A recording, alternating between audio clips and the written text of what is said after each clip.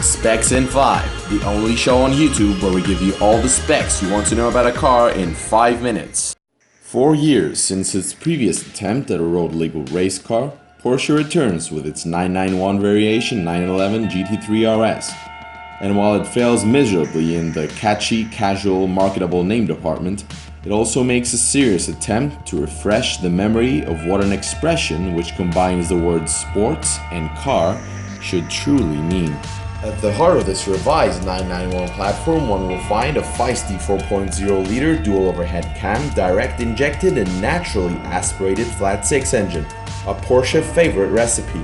It has been upgraded from 3.8 liters in the standard GT3 and produces 500 horsepower at 8,250 RPM and 460 Newton meters or 338 pound-feet of torque at 6,250 RPM, with the rev limiter being at a very impressive 8,800 RPM. Combined with the car's curb weight of 1,420 kilograms, one gets 125 horsepower per liter and 347 horsepower per ton. Power goes directly and only to the beefed up rear axle via a 7-speed double-clutch BDK gearbox, operated by paddle shifters and an electromechanical limited slip differential. The car also comes as standard with front and rear anti-roll bars, and steering is electric power assisted. A very special and potentially head-turning feature of the GT3 RS is its rear axle steering. Essentially, an electromechanical adjustment system at each rear wheel enables the steering angle to be adapted at the rear wheel based on steering input and speed. This allows the car to virtually lengthen or shorten its 2.46 meter wheelbase to achieve optimum cornering grip and turning circle or straight line stability.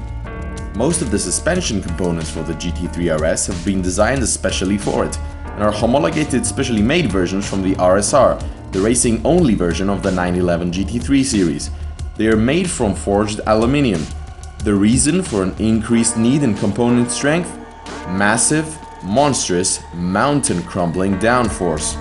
The car's looks are to Porsche heritage what it would be like to have the Prodigy play during the intermittence of an opera. The aggressive front wheel arch vents and promiscuous rear wing aren't just there to make the car look like the scariest face out of Shark Week. The GT3 RS generates 350 kilograms of downforce at 300 kph, which is over double its predecessor, the GT3 RS 4.0 at 170 kilograms.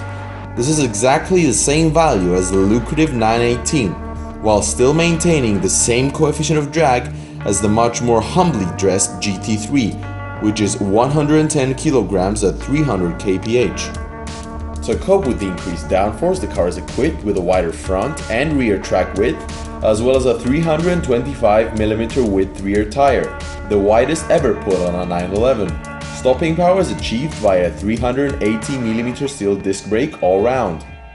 Performance figures for the GT3 RS include a 0 to 100 kph time of 3.3 seconds, a 0 to 160 kph time of 7.0 seconds, and 0 to 200 comes about in 10.8 seconds. Vmax is at 193 mph or 311 kph. The quarter mile is dealt with in 11.1 seconds, clocking in at 200 kph, and 100 km per hour to 0 takes 31 meters or 102 feet, while 200 km per hour to 0 takes 117 meters or 384 feet. Being the barely disguised track car that it is, the RS has naturally clocked many impressive lap times, notably at the Hockenheim GP at 1 minute 50.0, Laguna Seca at 1 minute 33.3, Silverstone National Circuit at 1 minute 0.0, Anglesey Coastal 1 minute 13.6, Le Mans Bugatti at 1 minute 47.5, and of course at the Nürburgring in 7 minutes 20 seconds. That's faster than a 2003 Carrera GT.